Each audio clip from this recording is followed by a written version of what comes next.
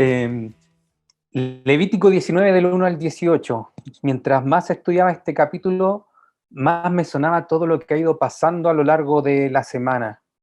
Hemos visto muchas noticias últimamente de estas mafias que se aprovechan de los extranjeros para que entren droga a Chile. Hemos visto mucho chileno que se ha aprovechado de los extranjeros cobrándoles altas sumas de dinero para pasarlos por pasos no habilitados. Hemos visto mucho extranjero que también hace lo mismo.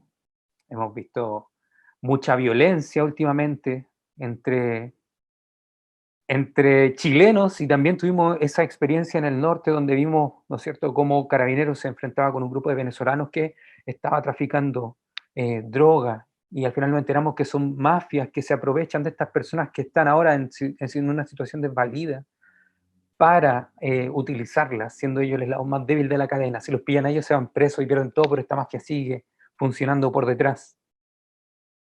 Veíamos también la noticia esta semana sobre la pensión a las personas de tercera edad, cómo ya se está moviendo esta ley y cómo hay una intención de cuidar de ellas. Todos sabemos y todos tenemos el mismo sentir. Llega tarde, pero ya hay algo, ya vemos movimiento, ya vemos esto. Y también tenemos otro sentir. Sigue siendo poco, pero el hecho de que ya se empiece a hablar de este tema también trae algo de esperanza. Veamos también en la noticia de esta semana, me quedó muy marcado cómo se está buscando un proyecto de ley para generar una amnistía o un perdonazo para quienes participaron de las revueltas del 18 de octubre. Y en esta ley se discutía entre si debía también incluirse dentro de esto a los carabineros que están siendo juzgados o no se les debía incluir a ellos. Si se debía incluir a las personas que habían hecho saqueos o no se les debía incluir porque se debía considerar parte de la protesta también. Y así diferentes cosas, como gente de los locales que estaban ahí cerca reclamaban porque finalmente ellos se habían visto afectados con todo esto, habían perdido mucho dinero, habían perdido sus locales, habían perdido sus fuentes de trabajo y veían que la justicia no operaba. Mientras más estudiaba esta parte de este capítulo, más veía la palabra del Señor eh, amonestando. Y me daba cuenta de cuánto la necesitamos, no solo como iglesia, sino que ojalá como sociedad. Pero también llegó un momento en que salí de las noticias solo esta semana, me puse a ver como el panorama general de los últimos años y me doy cuenta de que estas injusticias que podemos ver están presentes en nuestra sociedad desde siempre. Hay una falta de amor increíble en nuestra sociedad. Y hoy día precisamente el texto que vamos a tratar vemos cómo Dios nos enseña a amar. El sermón de hoy tiene por título, si es que usted quiere tomar apuntes, Nuestra santidad proviene de Dios y se manifiesta en el amor a Dios y en el amor a nuestro prójimo. Nuestra santidad proviene de Dios y se manifiesta en el amor a Dios y en el amor a nuestro prójimo. Y vamos a estar viendo tres puntos que son precisamente estas tres cosas. La primera es que nuestra santidad proviene de Dios. El segundo punto que vamos a ver es que se manifiesta en el amor a Dios. Y el tercero es que se manifiesta en el amor a nuestro prójimo. Les invito a que me puedan acompañar con su Biblia. Vamos a ir viendo algunos versículos. Y el primer punto de hoy está en el versículo 1 y 2. El Señor le ordenó a Moisés que hablara con toda la asamblea de los israelitas y le dijera: sean santos, porque yo, el Señor su Dios, soy santo. Yo, el Señor su Dios, soy santo, le dice Dios a Moisés. Y aquí nos encontramos con una palabra que es clave dentro del texto de Levítico: santo y santidad. ¿Y qué es ser santo? ¿O qué es la santidad?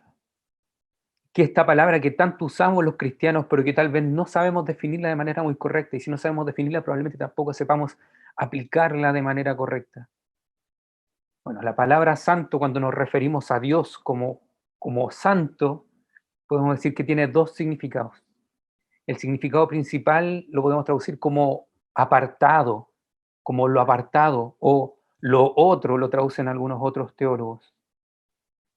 Entonces, cuando decimos que Dios es santo, estamos llamando la atención a la profunda diferencia que existe entre Él, entre Dios, y todas las demás de sus criaturas. Cuando decimos que Dios es santo, estamos hablando de su majestad que trasciende a su creación.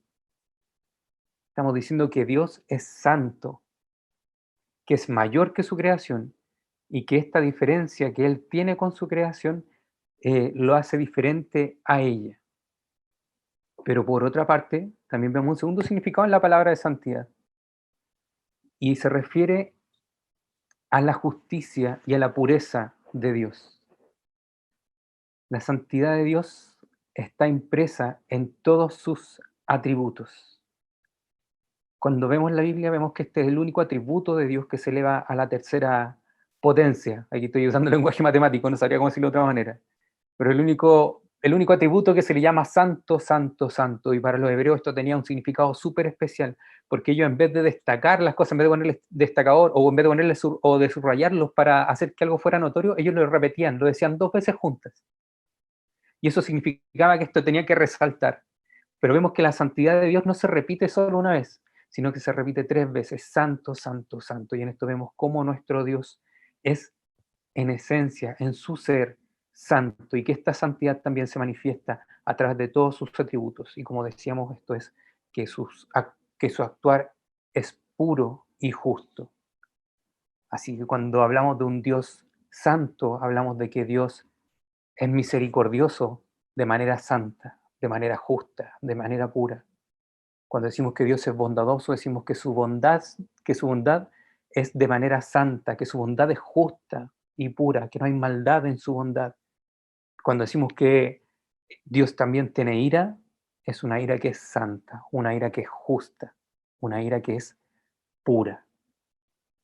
Por tanto, cuando hablemos de santidad, vamos a ver a este Dios que trasciende y que su majestad trasciende a su creación, pero por su pureza y por su justicia. Dios siempre actúa de manera justa porque su naturaleza es santa. Así que cuando hablemos de un Dios santo podemos decir que, a diferencia de que de toda la creación que se contaminó cuando entró el pecado, Dios es santo. Es el único que aún sigue siendo limpio de corrupción y que no se amolda al pecado para llevar a cabo su voluntad. Él sigue actuando y sigue siendo santo. Yo, el Señor su Dios, soy santo. Me gusta mucho esa frase porque aquí Dios al hablarle a Moisés no le pone una condicionante, no le dice, si tú cumples estas leyes, pueblo, si ustedes cumplen estas leyes que yo les doy, entonces seré su Dios. No, aquí Dios le está diciendo, yo, el Señor su Dios, soy santo. Aun cuando fallemos repetidas veces, hijos, sigue siendo fiel de manera perfecta. Él es santo y Él es nuestro Dios. Y eso no tiene condición. Él así lo determinó y lo ha cumplido. Así que podemos ver que estas demandas que leíamos en esta primera parte del capítulo 19, en verdad, no son leyes arbitrarias, ni son leyes para demostrar mi autoridad, sino que lo que estamos viendo aquí es que Dios pone estas leyes, primeramente porque Él es santo y es nuestro Dios, pero también porque en estas leyes vemos una manifestación de su gracia. Él sigue siendo nuestro Dios, aun cuando fallemos en estas leyes. Así que cuando vemos aquí que yo soy el Señor su Dios, soy santo, no debemos verlo como una frase impositiva, como una frase autoritativa, como sacándonos el cargo encima. Debiésemos verlo como una frase que nos motive para cumplir el mandato de santidad que Dios le da al pueblo. Y así es como Dios también le dice a Moisés, sean santos. Y ahora que ya hemos visto qué es la santidad y cómo es la santidad de Dios, cómo Él es el apartado, cómo Él es el otro, el que no está contaminado con el pecado, sino que sigue siendo limpio y puro y justo, Él le manda a su pueblo, sean santos. Y aquí Él le está diciendo que la santidad, que su santidad, que la santidad de Dios debe ser considerada el modelo para una vida tanto individual como comunitaria.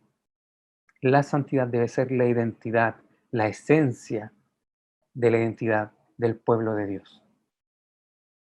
Por tanto, vemos que toda la santidad es derivada de la santidad de Dios. Nosotros no somos santos por nosotros mismos. No hay nada que podamos hacer para hacernos santos a nosotros mismos. No importa todos esos mitos que hayamos escuchado de vestirse de blanco, de meditar todo el día, de poner música suavecita, eso no te va a hacer santo. La santidad es derivada de Dios porque Él es la fuente de la santidad. Tú hoy eres santo porque Él, así como es el apartado, Él a ti te ha apartado para tener comunión con Él. Y eso es lo que te transforma hoy en santo. Pero cuando Él nos manda aquí, sean santos, lo que nos dice es que así como Dios es santo y que no hay maldad entremezclada con su bondad, nosotros debemos también buscar la santidad. Debemos apartarnos de nuestra pecaminosidad, de aquella naturaleza que arrastramos desde nuestro nacimiento como seres caídos. Debemos buscar apartarnos de esto y acercarnos a Dios. En esto somos llamados a reflejar el carácter moral de Dios, pero también la actividad de Dios. La santidad no es solo algo interno, no es solo un estado de ánimo, no es solo hablar suavecito, no es solo evitar enojarse, no es meditar todo el día, como les decía, la santidad también es algo práctico. Y para hacerle caso a este mandamiento, los israelitas en ese tiempo tenían que responder a Dios asemejándose a Él. ¿Y cómo aprendían ellos a asemejarse a Dios? A través de su ley. Ellos debían desarrollar en sí mismos las características que Dios posee. Si Dios aborrece el pecado y la injusticia, entonces su pueblo debe aborrecer el pecado y la injusticia y vivir de una manera santa, conforme al carácter de su Dios. Entonces, lo primero que vemos en este punto, en que vemos que nuestra santidad proviene de Dios, es que Dios nos da estas leyes en el Levítico 19 para enseñarnos a ser como Él. Tiene aquí un factor pedagógico súper fuerte. Y contrario a lo que generalmente pensamos, porque aquí en Chile por lo menos siempre se entiende que uno aprende estudiando y después va a aplicar las cosas. Aquí Dios lo hace al revés. Aquí Dios les dice, vivan de esta manera y entonces van a aprender lo que es la santidad y aprender a parecerse a mí. Y eso es súper importante para nosotros porque debemos dejar de ver el amor y la santidad como sentimientos internos que debo sentir primero para después llevarlos a cabo. No, aquí Dios te está mandando, sean santos, vivan de esta manera. Si sabes que esto es lo correcto, esfuérzate por vivir así. Y entonces vas a aprender a amar. Y entonces vas a aprender a vivir en santidad.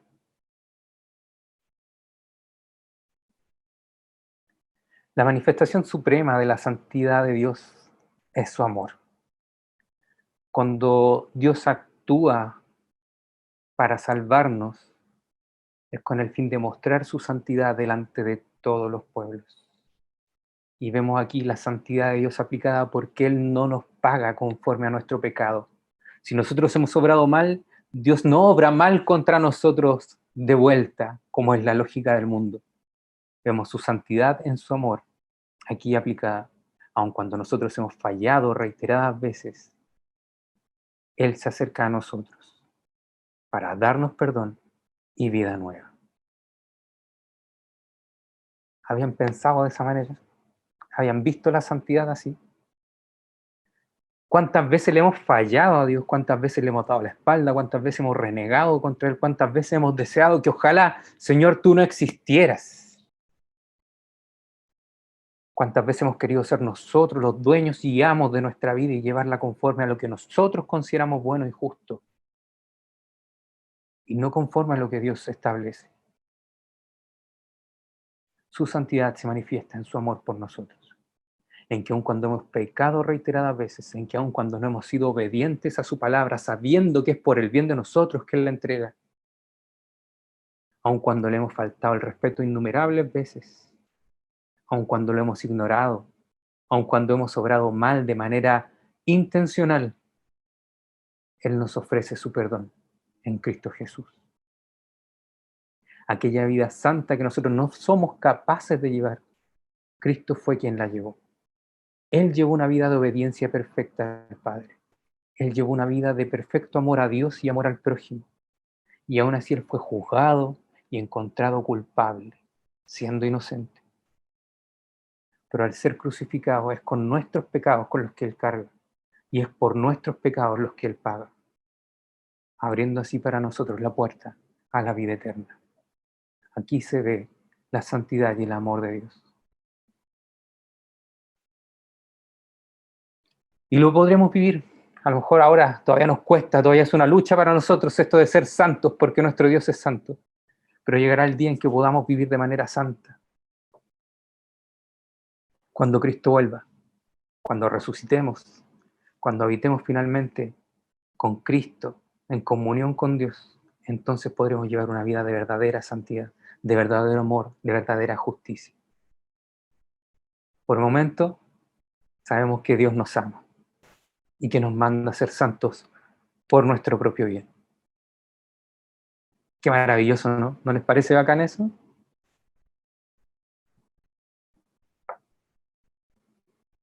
Por tanto, podemos decir que cuando Dios nos llama a ser santos es que nos llama a vivir apartados del pecado, buscar vivir una vida de amor y de justicia. El segundo punto que vamos a ver hoy va del versículo 3 al 8 y es en el amor de Dios. Entonces, como veíamos, nuestra santidad proviene de Dios y se manifiesta en el amor a Dios primeramente. Respeten todos ustedes a su madre y a su padre y observen mis sábados. Yo soy el Señor, su Dios, dice el versículo 3. Y aquí vemos el tiro una sombra, ¿no es cierto? O una réplica de los 10 mandamientos. Lo que Dios está haciendo ahora es enseñarle al pueblo a ser santo, amando a Dios primeramente. ¿Pero en qué? En las estructuras que Él ha puesto para el funcionamiento de todo. Cuando Él llama a respetar a su madre y a su padre, debemos recordar que esto es en el año 1600 a.C. aproximadamente, y la base de la sociedad, a mí todavía me enseñaban esto cuando era niño, era la familia. Entonces, era deber de los hijos honrar a su padre y a su madre como un hecho primeramente de santidad en el hogar, pero también de santidad social. Era una forma de respetar las estructuras que Dios había puesto a la sociedad. Y de la misma manera dice, observen mis sábados, yo soy el Señor. Observen en los tiempos que yo he determinado y el día que yo he dejado para que ustedes tengan comunión conmigo y me rindan culto, ese día debe ser respetado. Aprendan a amarme respetando lo que yo he establecido. Lo que podemos ver en este versículo es que primeramente la santidad comienza en el hogar. La santidad comienza en el hogar. Aquí no es una orden que exima a los padres de responsabilidad. Papás, mamás, no esperen que su hijo sepa honrarle si tú no le has enseñado cómo honrar. O si no ha visto en ti ejemplo de honrar a tu cónyuge. ¿Cómo esperas que tu hijo honre o respete a su madre si tú, varón, no eres capaz de respetar a tu esposa? Esposa, ¿cómo esperas que tu hijo, que tu hija respete a su padre si ella no ve en ti un ejemplo de respeto hacia tu esposo? La santidad comienza en el hogar y desde aquí se extrapola al resto de las estructuras que podemos encontrar en nuestra sociedad. Por tanto, en este versículo 3 podemos ver un llamado a respetar las estructuras establecidas por Dios, tanto en lo social como en la adoración también. Aprendemos a amar a Dios respetando lo que Él ha establecido.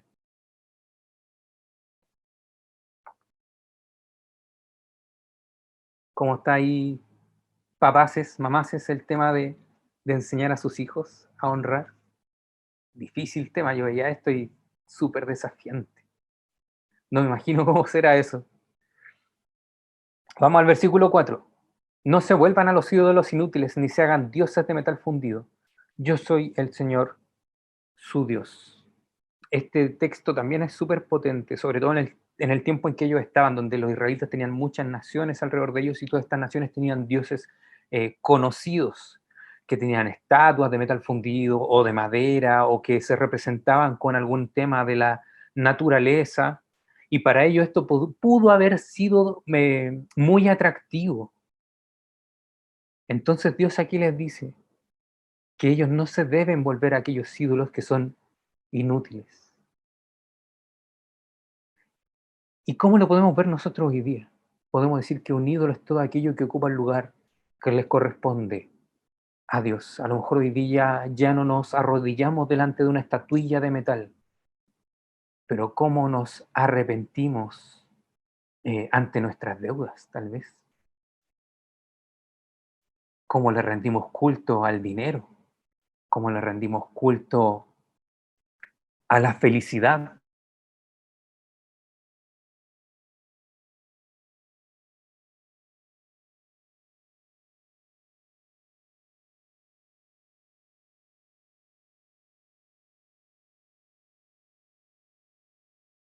Que le corresponde a Dios. Dios aquí le está mandando al pueblo, no dejes que nada ocupe mi lugar. No busques intimidad con otras cosas. Yo soy tu Dios y solo conmigo debes vivir en intimidad. Conóceme a mí y aprende a amarme a mí. No te conformes con esas cosas. Yo soy tu Dios. Vamos al versículo 5 al 8. Cuando le ofrezcan al Señor un sacrificio de comunión, háganlo de tal manera que el Señor lo acepte de buen grado. Cómanselo el día en que lo sacrifiquen o al día siguiente. Lo que sobra para el tercer día deberán quemarlo. Si alguien lo come el tercer día, tal sacrificio no le será válido, pues la carne ya se habrá descompuesto. Cuando lo, cuan- Cualquiera que lo coma sufrirá las consecuencias de su pecado por profanar lo que ha sido consagrado al Señor. Tal persona será eliminada de su pueblo. Y aquí Dios le está diciendo a su pueblo, tanto a los israelitas de ese tiempo como a nosotros hoy, que no nos corresponde a nosotros considerar si lo que Dios ha mandado es verdad o no, o si en mi opinión esto no es tan malo como parece. Aquí es Dios diciéndoles, no dejes que tu imaginación reemplace nuestra real comunión. Conóceme y confía en que lo que te he mandado lo he hecho por tu bien y por amor a ti. A quien les dice, ya el tercer día no se lo coman. Y vemos cómo Dios cuida de su pueblo en eso, porque no había refrigeradores. Y estaban en el desierto y a altas temperaturas los alimentos se descomponen de manera más rápida. Confía en que lo que te he mandado lo he hecho por tu bien y por amor a ti. Eso es lo que Dios nos está mandando aquí. Nos está diciendo que nuestra relación no se base en supersticiones, como podríamos ver el día de hoy, creyendo que si tengo mi Biblia abierta dentro de la casa, entonces mi casa está protegida. No, no es así como tienes comunión conmigo, dice el Señor. Conóceme, búscame y obedéceme, porque lo que te he mandado lo he hecho por amor a ti para cuidarte. Tampoco debemos dejar que nuestra comunión con Dios se, se base en conjeturas humanas. Si Dios, al que madruga, Dios lo ayuda. Entonces voy a madrugar todos los días. Estoy haciendo un ejemplo súper absurdo, pero esto lo podemos ver en muchas, muchas cosas. Gente que dice, no, pero si yo no hago mal, entonces Dios no me puede pagar mal, porque el Diosito bendice al que hace las cosas bien. Ese tipo de conjeturas humanas está muy presente hoy día en nuestra sociedad. Y lamentablemente en nuestra iglesia, sin darnos cuenta, también puede estar presente. Dios te está diciendo, no bases nuestra relación, nuestra comunión, nuestra intimidad, ni en supersticiones, ni en tus propias conjeturas, sino en lo que yo te he revelado de mí. Ámame, conóceme y ámame. Y en este segundo punto vemos cómo Dios promueve la santidad interior de su pueblo con disciplinas concretas para su vida diaria. Vemos como Dios no le dice, aprendan a amarme y después lleven esto a cabo. No, Dios les dice, cabros, lleven esto a cabo y van a aprender a amarme. En Primera de Pedro, capítulo 1, el 14 al 16, el autor dice, como hijos obedientes, no se amolden a los malos deseos que tenían antes, cuando vivían en la ignorancia. Más bien sean ustedes santos en todo lo que hagan, como también es santo quien los llamó. Cuando nosotros aprendemos a amar a Dios, crecemos en santidad, así como nuestro Dios es santo. ¿Cómo va nuestra búsqueda de santidad con respecto al Señor? ¿Cómo va nuestra obediencia a su palabra? ¿Cómo va nuestra intención de conocerle? ¿Cómo van nuestros tiempos dedicados durante nuestro día? ¿Estoy realmente dependiendo de Él? ¿Estoy buscando que mi vida sea para Él? ¿Estoy realmente dejando que Él, a través de su Santo Espíritu, me guíe en el día a día? ¿O sigo creyendo que porque pido la bendición antes de almorzar, con eso basta? Estoy en intimidad y en comunión con Dios. Seamos realmente críticos de esto. Seamos sinceros y honestos con nosotros mismos primeramente. Porque debemos buscar intencionalmente a Dios. Debemos buscar ser santos como Él es santo para aprender a amarle. Si yo no estoy dispuesto a ser santo, entonces no vas a poder nunca crecer en amor a tu Dios. Amor y santidad van de la mano. No pueden ser llevados de manera independiente. Vamos al tercer punto. Nuestra santidad proviene de Dios, será el primero, se manifiesta en el amor a Dios, y el tercer punto, en el amor a nuestro prójimo. Veamos los versículos 9 y 10. Cuando llegue el tiempo de la cosecha, no siguen hasta el último rincón de sus campos, ni recojan todas las espigas que allí queden. No rebusquen hasta el último racimo de sus viñas, ni recojan las uvas que se hayan caído. Déjenlas para los pobres y los extranjeros. Yo soy el Señor su Dios. Aquí Dios le estaba mandando a ellos a que en el tiempo de la siega, el dueño del campo debía dejar un poquito, ¿no es cierto? Debía dejar las orillas para que la gente que es pobre o para el extranjero que estaba pasando necesidad pudieran acercarse y ellos mismos cosechar de ahí y ser sustentados a través de esto. Aquí Dios nos está dando una lista completa, no es que solamente esto es lo que debe cumplir, sino que aquí Dios está poniendo esto del campo y de la viña a modo de ejemplo, para que también quien tuviera otra plantación tal vez pudiera también hacer lo mismo. Y aquí es súper importante porque Dios le está enseñando al pueblo ahora a amar a su prójimo. Y les dice que el pobre también debe ser considerado un hermano o una hermana. Y entonces debe ser tratado a esa altura. No se le puede mirar en menos. Y vemos a lo largo de la Biblia que Dios siempre tiene una preocupación especial por el necesitado. Y en esto Él manda a su pueblo que brinde ayuda, que provisione, que de alguna manera busque sustentar a quienes están pasando dificultades y momentos difíciles. Así que lo primero que podemos ver en esto es que los bienes que llegamos a tener, Dios los da para que los usemos en beneficio de nuestros hermanos. Esa también es una forma de santidad y nos lleva a amar a nuestro prójimo. Y cuando estudiaba esto, pensaba en el sueldo, cómo muchas veces nos programamos con nuestro sueldo completito. Si ganamos 300.000, los 300.000 los programamos. No importa que a lo mejor hubiéramos tenido la oportunidad de ahorrar 100.000. No. Si me sobran 100.000, busco en qué gastarlos. Qué rara esa forma de pensar. Qué poco santa y qué poco muestra de amor a nuestro prójimo. Saca cuentas con tu sueldo y date cuenta. ¿Cuánto realmente necesitas para vivir? ¿Y cuánto de tu sueldo lo estás gastando tal vez en puras tonteras? Y aún más si te sobra y te esfuerzas o buscas en qué gastarlo, estás errado. Estamos errados. Que nuestro sueldo no lo proyectemos para gastarlo completo. Esto lo veo como una aplicación súper práctica.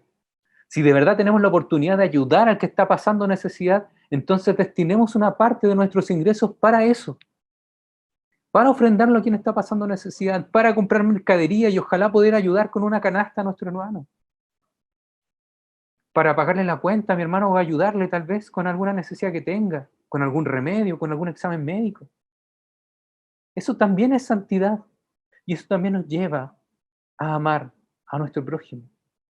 Seamos santos porque nuestro Dios es santo. Vamos al versículo 11 y 12.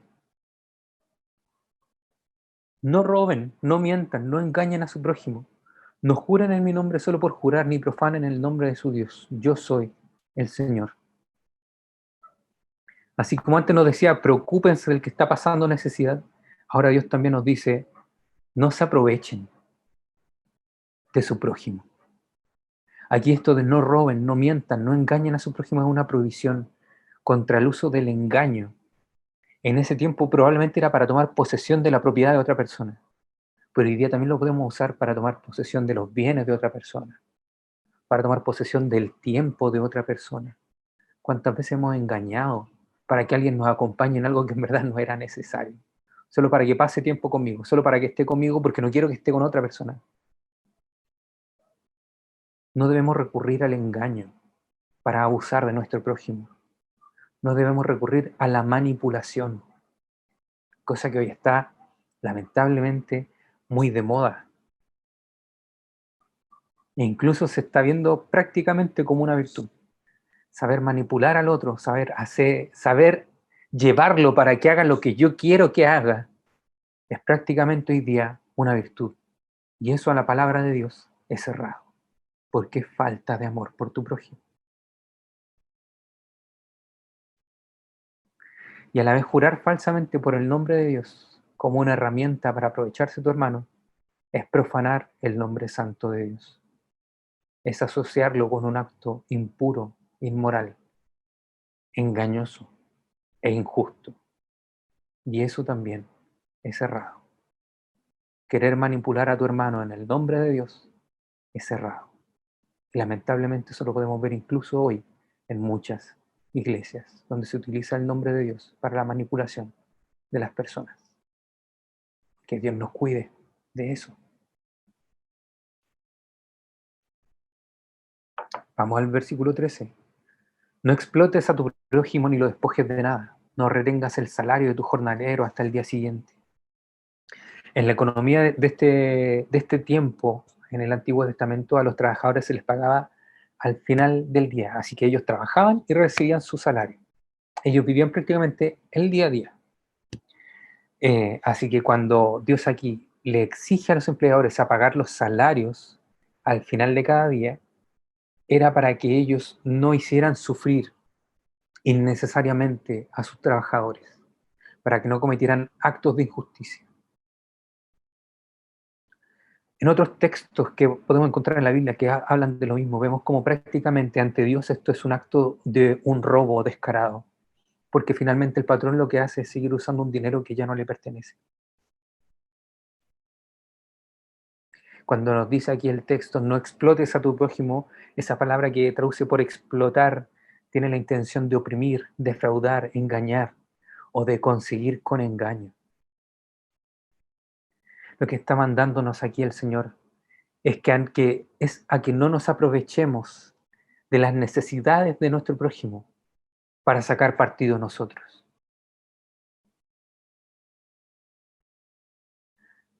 ¿Saben en qué lo he visto últimamente también viendo las noticias? En esta típica gente que saca horas para el registro civil y después las vende. ¿Se han percatado de eso?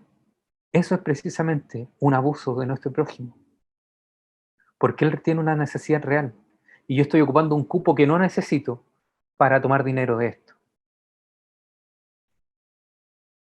Quizás cómo lo estamos haciendo nosotros hoy en nuestra vida, cómo estamos explotando a nuestro prójimo, cómo lo estamos engañando o cómo estamos abusando de su necesidad para conseguir algo para nosotros. Cuando dice aquí, ni lo despojes, la palabra despojar tiene la intención de hacer el uso de la fuerza o de la violencia para tomar la posesión de algo. Muchas veces tal vez no abusamos de nuestro prójimo con el engaño, pero si abusamos de nuestra autoridad o de nuestra fuerza o de los bienes y recursos que yo tengo en contraste con él, eso también es pecado delante del Señor. Eso también atenta contra nuestra santidad y contra nuestro amor al prójimo. Si el patrón se comprometía a pagarle al final del día, él debía hacerlo. Y en esto vemos también un llamado a que nuestros compromisos con nuestro prójimo deben ser cumplidos.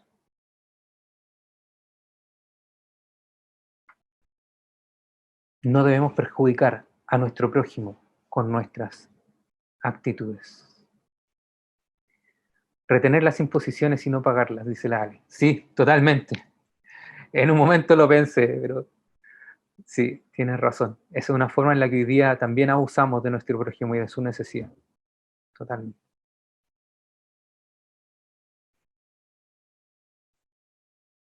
Vamos al versículo 14. No, no maldigas al sordo ni le pongas tropiezos al ciego, sino teme a tu Dios. Yo soy el Señor tu Dios. Aquí yo sé que a la Jenny, a la del Cedid, les va a encantar esta parte. Ellas que son educadoras diferenciales.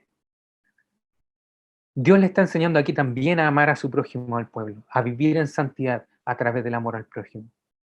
Y es que el pueblo aquí debía aprender a expresar su reverencia hacia Dios en el respeto el uno por el otro, independiente de cuál fuera su condición. Y esto es algo que no se encuentra en ningún otro pueblo de ese tiempo. Por lo general, al que tenía algún defecto era motivo de burla, era alguien de quien abusar, era el bufón del pueblo, era alguien de quien todos podían hacer mofa. Pero aquí Dios les manda todo lo contrario. El pueblo debía expresar su reverencia a Dios en su respeto el uno por el otro, independiente de cuál fuera su condición. Y aquí este versículo establece un principio que sin duda se extiende a las personas con otros tipos de discapacidad, como deformidades físicas, trastornos mentales, dislexia, etc. Maldecir al sordo es tomar ventaja injusta de personas que no se podían defender. Al sordo le podías estar gritando en la oreja maldiciones y él no se iba a dar cuenta. Era tomar ventaja de alguien que no se podía defender porque no se daba cuenta cómo tú estabas abusando de él. Poner tropiezos al ciego es básicamente aprovecharse de una desventaja ajena y hacer burla de ello. ¿Para qué le pones tropiezos al ciego? Para ver cómo se cae y reírte. Aquí vemos cómo Dios manda a su pueblo a no hacer bullying. Año 1600 antes de Cristo y ah, Dios ya actuando contra el bullying. Estamos muy atrasados nosotros.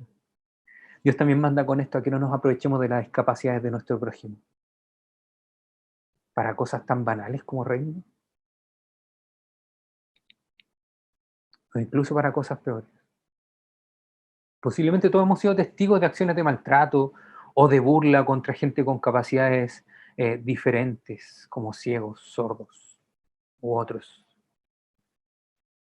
Debemos temer a Dios en nuestra manera de tratarlos. Debemos de respetarlos con dignidad, pues ellos también son creación suya y ellos también son portadores de la imagen de Dios. Ser santos también implica ser cuidadosos de nuestro trato con los demás, especialmente de aquella población con cualidades diferentes. Ellos también son portadores de la imagen de Dios y debemos aprender a amarlos. Y eso también es una muestra de santidad.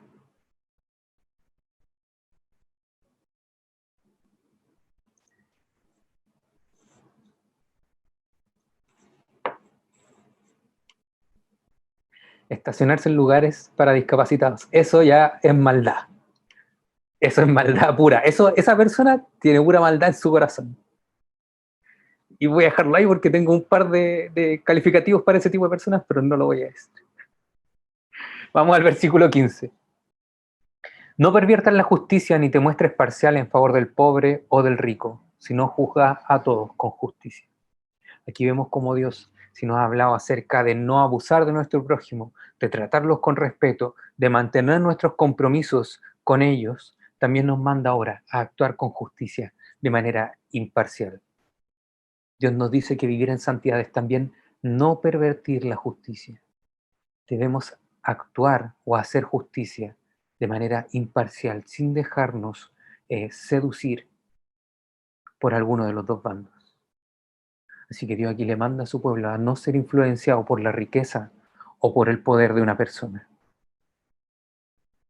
Y esta parte no nos duele tanto. ¿Ah? Seamos sinceros. No dejarnos seducir por el rico, yo creo que a la mayoría no nos duele tanto, no nos afecta tanto.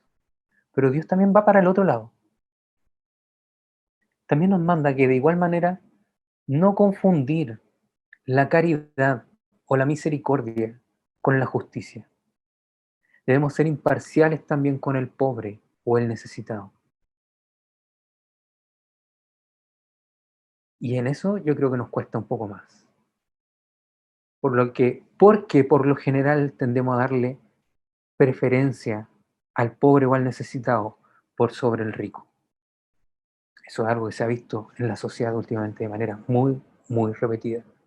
No en la justicia como tal, no cuando vemos los juicios que se llevan a cabo de manera legal, pero sí cuando vemos el actuar en la calle de la gente.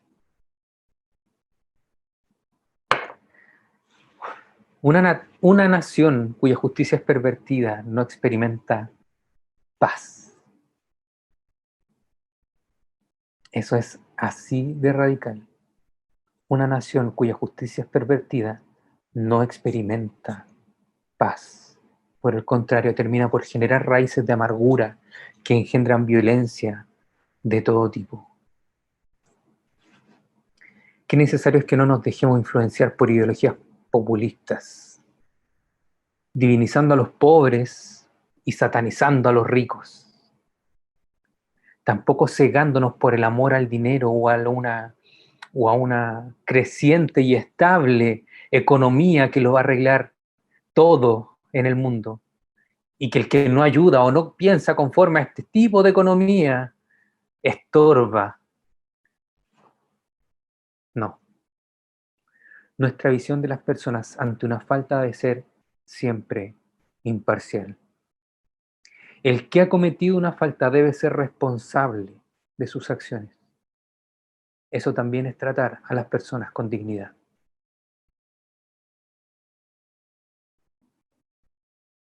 Y aquí podemos ver un ejemplo súper claro de las cosas actuales que han estado pasando en Chile. Y vemos cómo la gente se polariza, tanto en las entrevistas que se hacen en la televisión, como nosotros mismos en nuestras conversaciones podemos identificarlo en nuestro corazón, como algunos tienden a defender más a los manifestantes sobre los carabineros, y otros tienden a defender a los carabineros sobre los manifestantes. Y seamos sinceros, desde ambos bandos se cometieron abusos, y ambos bandos deben ser juzgados de manera imparcial. No divinicemos a los manifestantes y satanicemos a carabineros, ni divinicemos a carabineros y satanicemos a los manifestantes. Ambos deben ser juzgados de manera imparcial.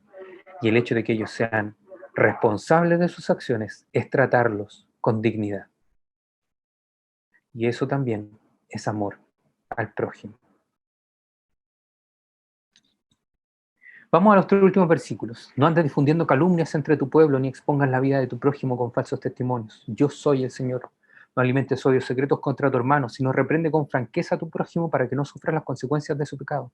No seas vengativo con tu prójimo, ni le guardes rencor. Ama a tu prójimo como a ti mismo. Yo soy el Señor. Y aquí nos encontramos con un tema que lamentablemente es transversal, tanto a la iglesia como a quien no es creyente. Nos encontramos con el tema de la calumnia y el chisme, con andar hablando a las espaldas de otro, con andar exponiendo la vida de otro.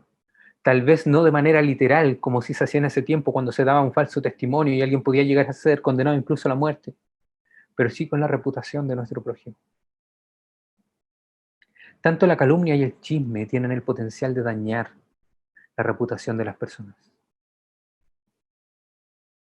Dios está prohibiendo el chisme para obtener beneficios primeramente personales, ya sean chismes por temas monetarios, por favores, o incluso por una satisfacción personal tan banal como el disfrutar hablar mal de otra persona. Todo eso atenta contra la santidad y atenta contra el amor al prójimo.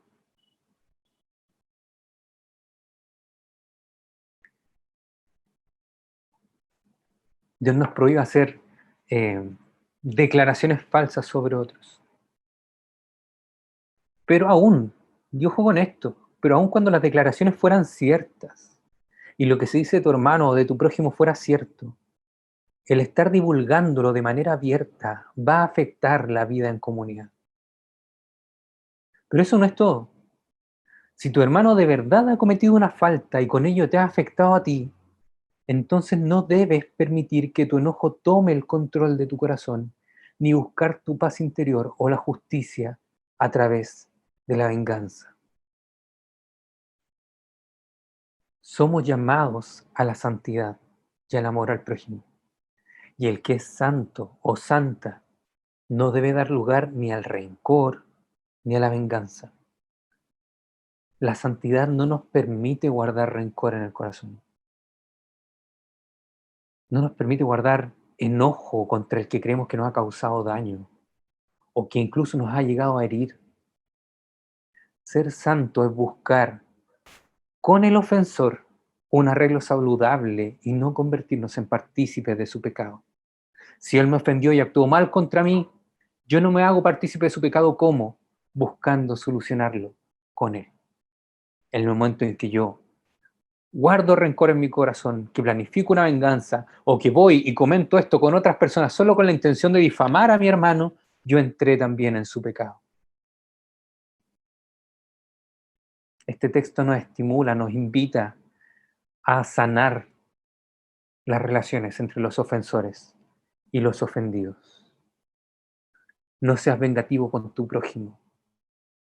Y la palabra que aquí se traduce por vengativo tiene que ver con una intención violenta de hacer justicia. No hagas violencia contra tu prójimo con la intención de buscar justicia por ti mismo. No guardes rencor, y aquí la palabra que se utiliza para esta traducción tiene que ver con la intención de acariciar algo. Imagínense como si estuvieran acariciando un gato aquí, como los malos de James Bond, que siempre se han vuelto en el sillón con el gato aquí. Esa es la intención que tiene aquí la palabra cuando nos dice no guarden rencor, no acaricies en tu corazón a esta herida, ni la sigas alimentando con el enojo. La venganza solamente va a perpetuar la injusticia y va a añadir más dolor a la amargura. Mía es la venganza, dice el Señor, y en esto vemos una invitación a confiar y a descansar en Él, quien es verdaderamente justo. A nosotros nos corresponde amar a nuestro prójimo como a nosotros mismos. En otras palabras, si somos el ofendido o el ofensor, tenemos la obligación de tomar la iniciativa para resolver la situación de manera, ojalá, amigable. Ama a tu prójimo como a ti mismo. Y aquí nuevamente vemos cómo a través de enseñanzas prácticas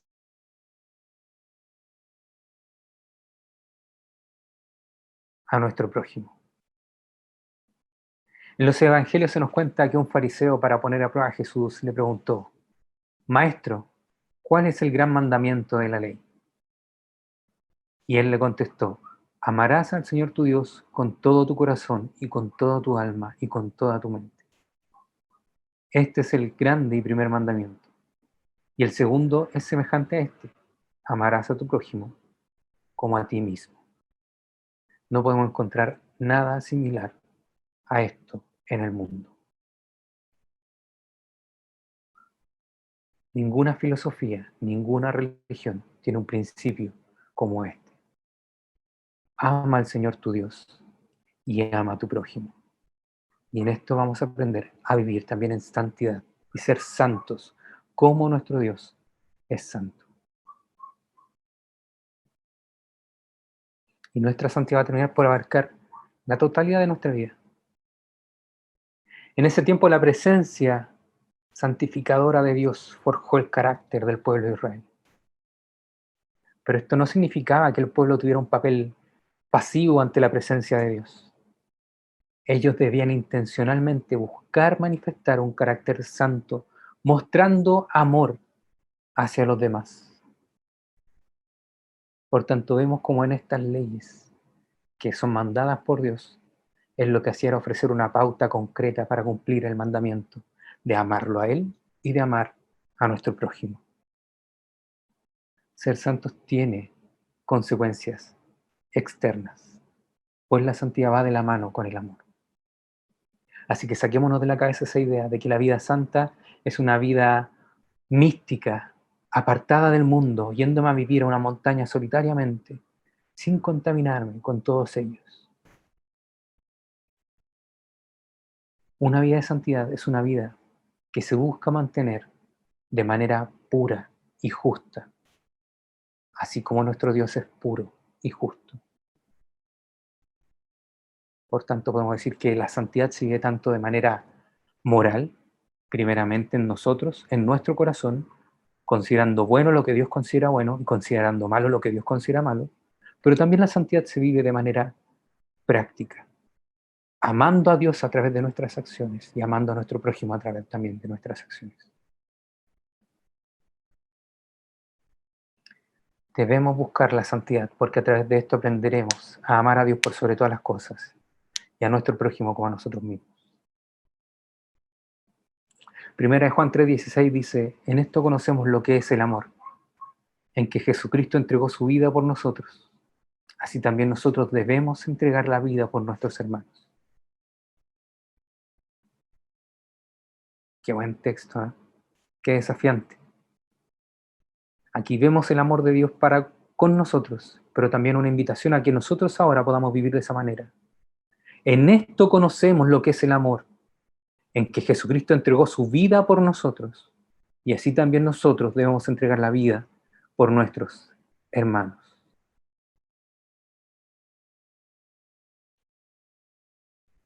Una vida de santidad debe ser seguida por el pueblo perdonado de Dios. Nunca se nos olvide eso. Somos un pueblo perdonado. No solo por nuestro propio bien, sino por el bien de todos los pueblos. ¿Quieres ser luz a las naciones? Tienes que aprender a llevar una vida de santidad, en amor a Dios y en amor al prójimo. Y hoy en día, una de las formas en las que Dios manifiesta su santidad es haciendo que su iglesia viva una vida de justicia, mediante la que exhibimos los valores del reino de Dios, de manera tanto personal como comunitaria.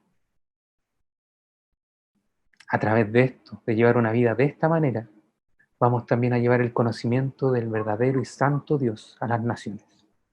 No hay otra forma.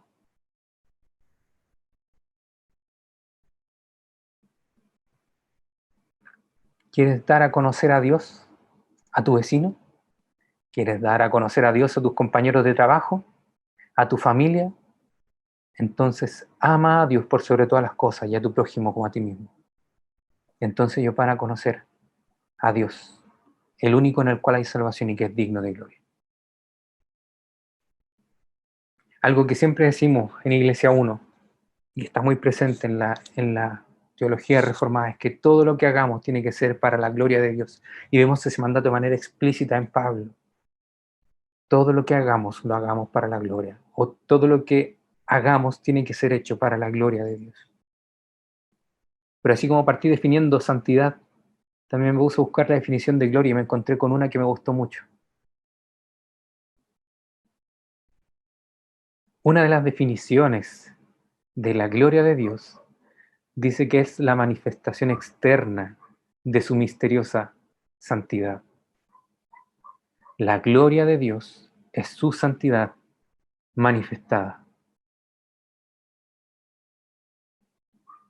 ¿Quieres vivir para la gloria de Dios? ¿De verdad quieres vivir para la gloria de Dios? Entonces busca vivir una vida de santidad. Sé santo como Dios, como tu Señor es santo. Nuestra santidad proviene de Dios y se manifieste en el amor a Dios y en el amor a nuestro prójimo. Crecemos en santidad cuando aprendemos a amar y así glorificamos a Dios. ¿Quieres vivir para la gloria de Dios? Crece en santidad, amando intencionalmente a Dios y a tu prójimo. Les invito a que tengamos un momento de oración. Buen Dios y Padre Celestial, te agradecemos, Señor, por tu palabra. Te agradecemos por cómo tú hablas, Señor, a nuestros corazones, por cómo tú nos exhortas, Señor, por cómo nos permites conocerte más, mi Dios amado, cómo nos permites también conocernos más a nosotros, Señor, porque nos permites ver cuán pecaminosos somos, Señor, cuán errados hemos estado durante tanto tiempo. Pero también en esto nos permites ver cuán grande es tu amor y tu misericordia, Señor, que a pesar de nuestras fallas, de nuestros errores, tú sigues siendo fiel, Señor, a nosotros. Padre Celestial, te pido que en todo esto seas tú cuidando de nosotros primeramente, cuidando nuestro corazón, Señor, y ayudándonos a fortalecernos en ti. Ayúdanos, mi Dios amado, a vivir vidas que busquen tu santidad. Ayúdanos a ser santos como tú eres santo, Señor. Ayúdanos a buscarte a ti, Señor, a vivir conforme a tus principios, Señor, a vivir apartados del mal de manera intencional, buscando, Señor, tu gloria, buscando, Señor, tu nombre, buscándote a ti.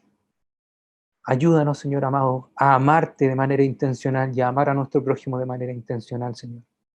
Ayúdanos, Señor amado, a obedecer tu palabra y a crecer en santidad a través del amor, Señor. Gracias porque tú nos enseñas a amar. Gracias, Señor amado, porque incluso en esto, Señor, tú eres bueno con nosotros. Ayúdanos, Señor amado, porque ciertamente esto no es fácil, es un desafío grande, pero contigo, Señor, sabemos que no es imposible. Gracias te damos por todo en el nombre de Cristo Jesús, nuestro Señor y Salvador. Amén. Que el Señor les bendiga, hermanos.